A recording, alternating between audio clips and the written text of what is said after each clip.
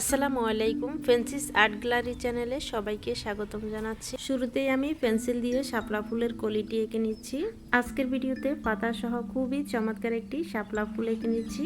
এরপর চারপাশের পাপড়িগুলো সাজিয়ে তুলছি। সবশেষে নিচের বড় পাতাটি যোগ করতেই যেন প্রাণ পেল। আমাদের জাতীয় ফুল শাপলা। খুব সহজে পেন্সিল স্কেচে শাপলা ফুল আঁকার এই ছোট্ট প্রচেষ্টা আপনাদের কেমন লাগলো জানাতে ভুলবেন না। সহজ কৌশলে আজকের এই শাপলা ফুল আঁকাটি খুবই ইজি ভাবে দেখানো হচ্ছে। আপনারা যাতে সহজে স্টেপ বাই স্টেপ কিভাবে সুন্দর একটি সঠিক নিয়মে শাপলা ফুল আঁকা যায়, তো সেই চেষ্টা করছি আমি। দেখতে পাচ্ছেন কিভাবে আস্তে আস্তে এই শাপলা ফুলের পাপড়িগুলো এঁকে নিচ্ছি।